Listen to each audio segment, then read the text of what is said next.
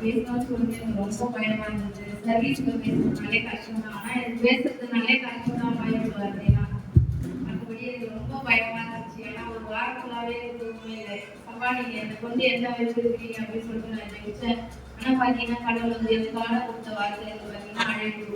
நம்ம வந்து அழைத்த நோக்கம் என்ன அப்படின்னு சொல்லிட்டு பேசணும் அப்படின்னு சொல்லிட்டு எனக்கு ஒரு வாரமா பொண்ணு நீங்க அதெல்லாம் பேசக்கூடாதுமா, நீ கரெக்டா பேசி வரணும் அப்படின்னு சொல்லிச்சு. ஆனாலும் பாத்தீங்கன்னா எனக்குள்ள ஒரு பயம் தான். ஆனா நிசாம பாத்தீங்கன்னா நம்மளுடைய அழைத்த அழைப்பு எதற்காக நம்மளை அழைத்தார் அந்த உலகத்துல அப்படின்னு சொல்லிட்டு பேசணும்னு சொல்லிட்டு பேச வந்த மூணு தலைப்பு பத்தி நான் பேசுறேன். ஃபர்ஸ்ட் வார்த்தை பாத்தீங்கன்னா அழைப்பு என்ன, நம்மள வந்து அழைத்த நோக்கம் எதுக்குன்னு சொல்லிட்டு 2 பேருக்கு 1:10 வார்த்தை.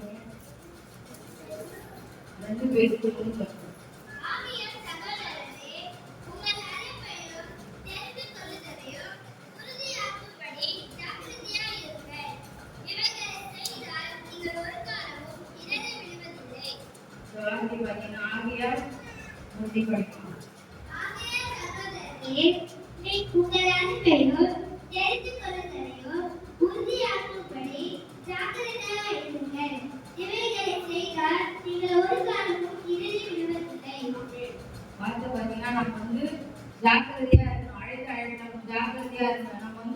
இடரில் விழுந்துடக்கூடாது. அதுதான் பாத்தீங்கன்னா நம்முடைய அழைப்பு வந்து ஜாக்கிரதையா இருக்கணும் அப்படின்னு சொல்றது. அந்த அழைப்புல வந்து நம்மளை அழைத்த தேவன் வந்து நம்ம எத்தனையோ சூழ்நிலையில் இருந்தாலும் நம்ம வந்து இடரில்லாதபடி நம்ம நடந்து போகும்போது சரியான ரோட்ல நடந்து போனாதான் கொஞ்சம் மிஸ் ஆயிட்டோம்னா நம்ம கால நிப்பாயிடும். அதனால நம்ம பாதிக்கையா இருக்கு நம்மளுக்கு தான். அந்த மாதிரி பாத்தீங்கன்னா நம்மளுடைய அழைப்புல வந்து நம்ம ஜாக்கிரதையா இருக்கணும்.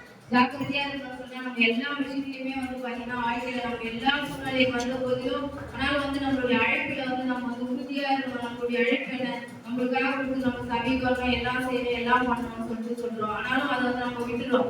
எது நம்மளுடைய ஜாக்கிரதை இல்லாததுனாலதான் நம்மளுடைய வாழ்க்கையில எல்லா சோதனைகள் எவ்வளவு போராட்டங்கள் வந்தாலும் நம்மளுடைய அழைப்புல வந்து நம்ம ஜாக்கிரதையா இருக்கணும் அப்படின்னு சொல்லிட்டு அந்த வார்த்தை பாத்தீங்கன்னா ரொம்ப நல்ல ஒரு தெளிவா சொல்லுது. நீங்க வந்து இடர்கள் இல்லாதபடி நம்ம வந்து நேர்மையா நடந்து போனோம்னா அந்த அழைப்பின்படி நம்ம ஜாக்கிரதையா இருக்குதா பாத்தீங்கன்னா அந்த வார்த்தைப்படி அழைப்பு நம்ம ஜாக்கிரதையா இருக்கணும். 2வது பாத்தீங்கன்னா பரிசுத்தமா வாழணும். பரிசுத்த அழைப்பு 1 தெசலோனிக்கர் 4:7 பரிசுத்த அழைப்பு.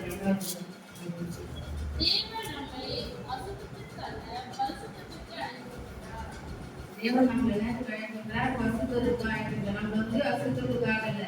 நம்ம எத்தனையோ சூழ்நிலை எவ்வளோ பேருக்கு பாத்தீங்கன்னா அசுத்தமா வாழறாங்க. ஆனா நம்ம பரிசுத்தமா வாழணும்னு சொன்னீங்க பாத்தீங்கன்னா நம்ம அழைத்த நோக்கமே எதுக்காக ஒரு அழைத்தல். நம்ம எவ்வளோ பாவம் எவ்வளோ எல்லாத்தையும் நம்ம செய்தோம். ஆனா என்ன பண்ணீங்க பாத்தீங்கன்னா நம்ம பரிசுத்தமா இருக்கணும்னு சொல்லிதான் அழைத்தது. நம்ம பரிசுத்தமா வந்து இயேசுக்காக நம்ம வாழ்ந்து இருக்கிறோமா அப்படின்னு சொல்லிட்டு நம்ம ஒரு நிமிஷம் நம்மளுடைய வாழ்க்கையை திரும்பி பார்த்து பாத்தீங்கன்னா நம்ம தெளிவா வாழ முடியும். உலகத்துல பரிசுத்தமா வாழணும் அப்படின்னு சொன்னீங்கன்னா பாத்தீங்கன்னா நம்ம வந்து எல்லா விஷயத்திலயும் நம்ம வாழ்ந்ததெல்லாம் நம்ம விட்டுணும்னு சொல்லி ஒரு வைராக்கியமா இருக்கும். ஆனா வந்து நம்மளால என்ன பண்ண முடியல, விட முடியல. அது எதுக்காக சொன்னீங்கன்னா நம்ம வந்து ஜாக்கிரதை இல்லாதனாலதான் நம்ம வந்து அதெல்லாம் நம்ம வந்து சோதனை எல்லாமே இருக்கும்.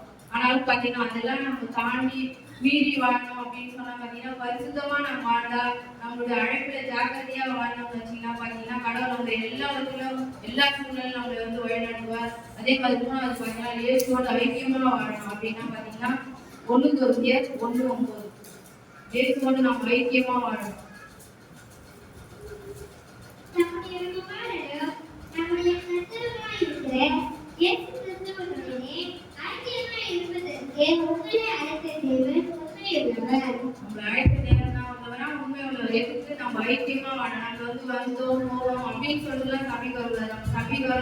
எல்லாமே எல்லா விஷயத்திலயும் ஐக்கியமா இருக்காங்க.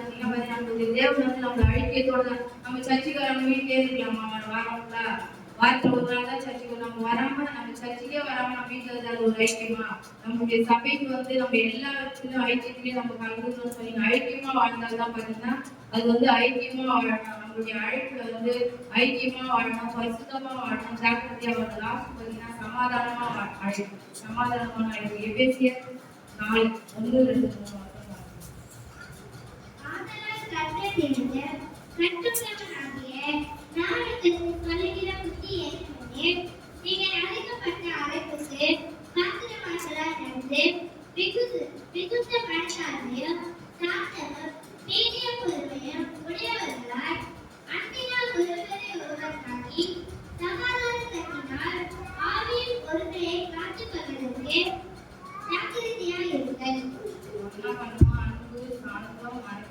எல்லாமே பாத்தீங்கன்னா நம்ம சமாதானமா இருக்க பாத்தீங்கன்னா நம்ம ஆறுதல் நிமித்தம் அதுக்கப்புறம் நீண்ட மனத்தாழ்மையும் சாந்தமும் நீடிய பொறுமையுடையவர்களா இருக்கணும். அன்புல ஒரு தரணும்.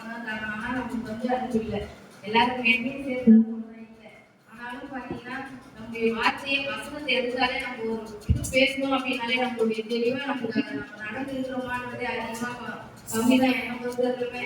ஆனா வந்து நம்ம அன்பு பொறுமை இது எல்லாமே இருந்தோம்னு பாத்தீங்கன்னா வச்சுங்களேன் நம்மளுடைய அழைப்பு வந்து சமாதானம். எத்தனையோ சூழ்நிலை சமாதானம் இல்லாமல் எவ்வளவு பேர் இருக்கிறாங்க. ஆனாலும் நம்ம யாருமே விசாரிக்கிறதும் இல்லை, நம்ம யாருமே கேட்கறது ஏதோ வரோம் போறோம் சர்ச்சைக்கு போறோம் எல்லாமே கரெக்ட் தான். ஆனாலும் எப்படியோ நம்ம வாழ்ந்துருக்கோம். ஆனா கடவுள் பார்த்தீங்கன்னா நம்ம எல்லாருக்கும் பொறுமையோடும் பரிசுத்தமா வாழ்றதுக்கும் ஐக்கியத்துல வாழ்றதுக்கும் சமாதானமா இருக்கிறதுக்கும் பார்த்தீங்கன்னா நம்ம எவ்வளவு விஷயத்துல நம்ம வந்து கடவுள் எல்லா சூழ்நிலையிலும் நம்ம கொண்டு வந்த நேரத்துக்கும் பார்த்தீங்கன்னா நம்மளுடைய அழைப்பு வந்து நம்ம ஜாக்கிரதையா இருக்கணும். அப்படி மறுபடியும் அந்த பேருக்கு வந்து மட்டும் வாசிங்க.